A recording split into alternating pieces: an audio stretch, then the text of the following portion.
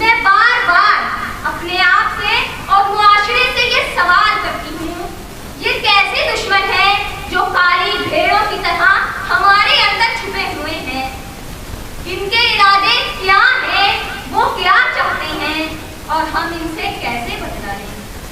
हम अपने नाहक शहीद होने वाले बच्चों का खून किनके हाथों पर तलाश करें।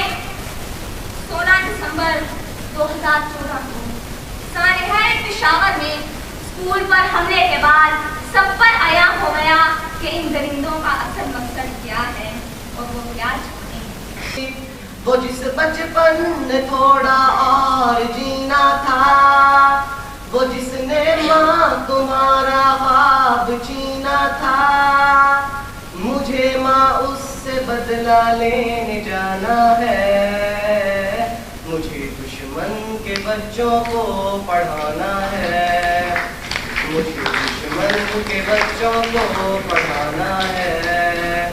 मुझे माँ उससे बदला लेने जाना है, मुझे दुश्मन के बच्चों को पढ़ाना है, मुझे दुश्मन के बच्चों को पढ़ाना है।